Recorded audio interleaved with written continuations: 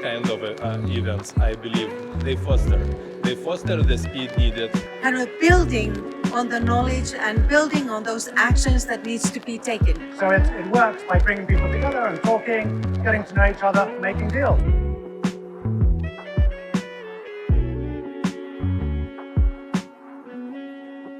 Events like AgriFood Forum are a perfect platform for different innovators to exchange knowledge, experience and ideas. Getting all the stakeholders together year after year, kind of building on the knowledge and building on those actions that needs to be taken. And this obviously, many of these actions cannot be done overnight.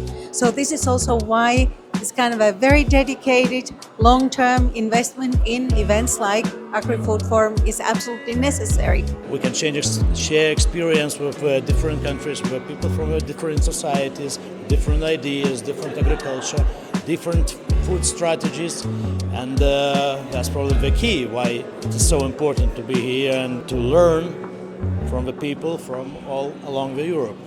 Generally speaking, agri-food sector is the one who is very much traditional. Those processes are unfortunately not fast enough to drive the change needed for the society, modern world, also for the globe as such.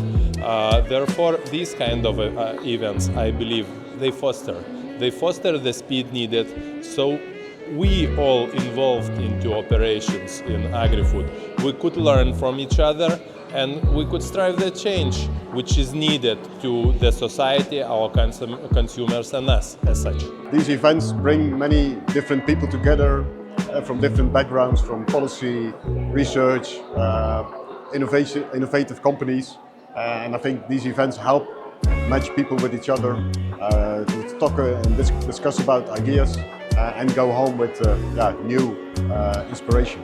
Well, when you bring everyone together in a big place like this, you've got the government, academia, private sector, big and small, it can't help but be a successful way of getting each person to know the other. Because if you don't do something like this, people in government don't know much about the private sector, and people in the private sector or the farms don't know much about the government policymakers. So it works by bringing people together and talking, getting to know each other, making deals.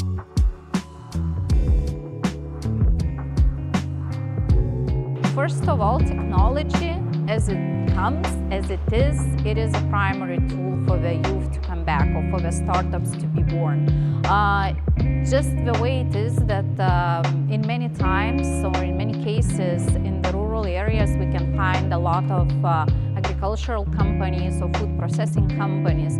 So they can become as a mentors, they can become as a hubs for the startups to arrive. Even though not necessarily the startups need to be created by the young people, but most of the cases startups are being created or technology is being implemented by young people. So I see it as a main and primary tool. The technology, deep tech, novel approaches to be as a possibility to attract young people for the rural areas and to have them come back and trying to work or implement test their technologies in the regions.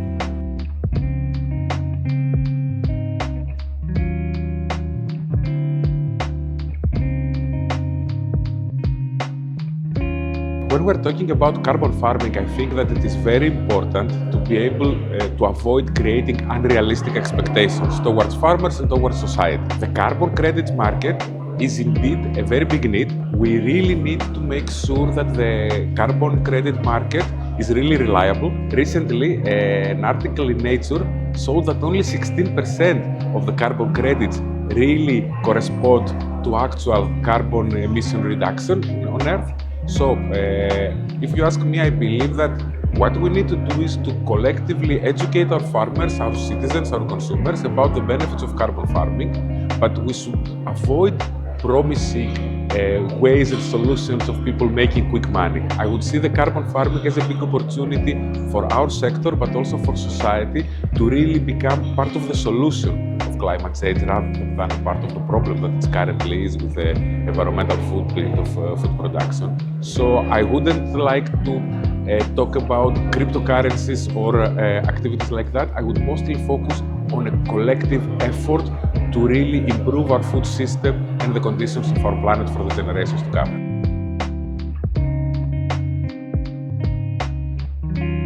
I would like to wish new government in Lithuania and new government in Brussels to be much more realistic in the plans and much more down to earth to understand the farmer and to think constantly about competitiveness.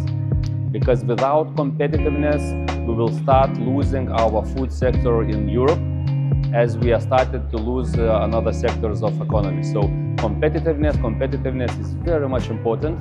In all the regulations which we will have in the future, we have to keep that in mind very much. A better connection with society, a two-way interaction, a relation that really helps the consumers to have healthy food, and on the other hand also the respect by the consumers for the sector. I think it's very good that we should be more on a common understanding of the importance of food and all kinds of dilemmas related to food.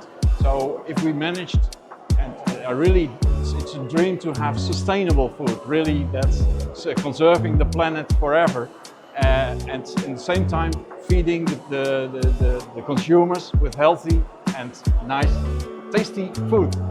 I wish that the agri-food sector keeps on developing and uses all the digital technologies that make it possible to create a very sustainable and resilient food system, and that we get a little bit more attention for the critical role of food processing in this food system.